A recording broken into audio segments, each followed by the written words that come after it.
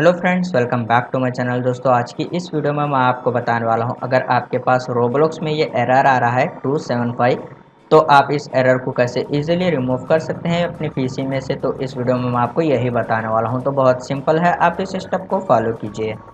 सबसे पहले आपको जो है स्टार्ट मेन्यू के ऊपर राइट क्लिक करना है, टास्क मैनेजर के ऊपर क्लिक करना है।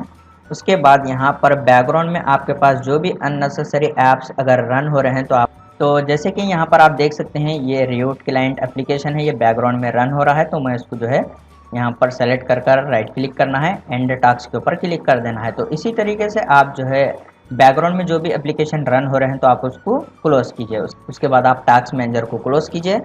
फिर आपको जो है स्टार्ट मेन्यू के ऊपर राइट क्लिक करना है, डिवाइस मैनेजर के ऊपर क्लिक करना है। उसके बाद आप जो है यहाँ पर देख सकते हैं डिस्प्ले अडाप्टर का ऑप्शन है, इसको डबल क्लिक कर ऑप्शन को एक्सटेंड कीजिए। यहाँ पर आपको ग्राफिक कार्ड को सेलेक्ट करना है, राइट क्लिक कर अपडेट ड्राइवर पर क्लिक करना है और यहाँ पर सर्च ऑटोमेटिकली फॉर ड्राइवर्स पर क्लिक कीजिए।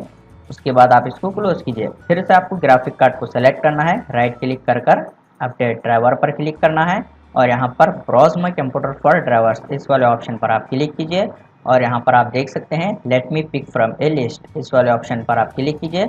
यहाँ पर आपको ग्राफिक कार्ड को सेलेक्ट करना है, फिर आपको नेक्स्ट के ऊपर क्लिक कर देना है। तो आप यहाँ पर देख सकते हैं इंस्टॉलिंग ड्राइवर्स। तो ये प्रोसेस कंप्लीट होने तक आप थोड़ा सा वेट कीजिए। उसके बाद आपको इसको क्लोज कर देना है, फिर आपको यहाँ पर डिवाइस मैनेजर को क्लोज कर देना है। उसके बाद आप विंडोज 11 सेटिंग को ओपन कीजिए। आप शॉर्टकट की का यूज़ कर सकते हैं, विंडोज़ की प्रेस करते हुए आप आई प्रेस कीजिए, विंडोज 11 सेटिंग ओपन हो जाएगी। फिर आपको जो है यहाँ पर नेटवर्क एंड इंटरनेट के ऊपर क्लिक करना है।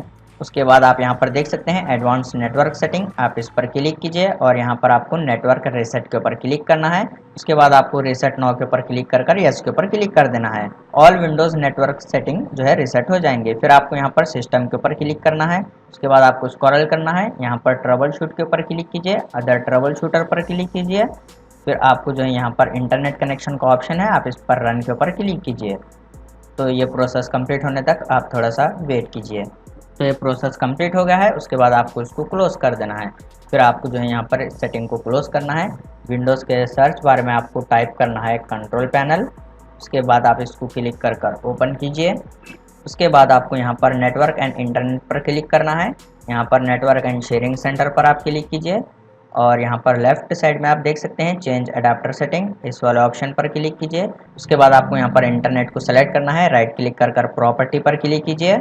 फिर आपको जो है यहाँ पर इंटरनेट प्रोटोकॉल वर्जन 4 सेलेक्ट करना है, प्रॉपर्टी पर क्लिक करना है और यहाँ पर use the following DNS server, इस वाले ऑप्शन को सेलेक्ट कीजिए। प्रीफर्ड डीएनएस सर्वर में आपको इस तरीके से टाइप करना है, अल्टरनेट डीएनएस सर्वर में आपको इस तरीके से टाइप करना है। फिर आप ओके के ऊपर क्लिक कीजिए। आपको ऑल सेटिंग्स को क्लोज कर देना है। फिर आप अपने पीसी को एक बार रिस्टार्ट कीजिए, प्रॉब्लम सॉल्व हो जाएगी। उम्मीद है आपको वीडियो पसंद आ गया, तो प्लीज़ लाइक कर देना और इसी तरह के वीडियोस देखने के लिए चैनल को सब्सक्राइब कीजिए।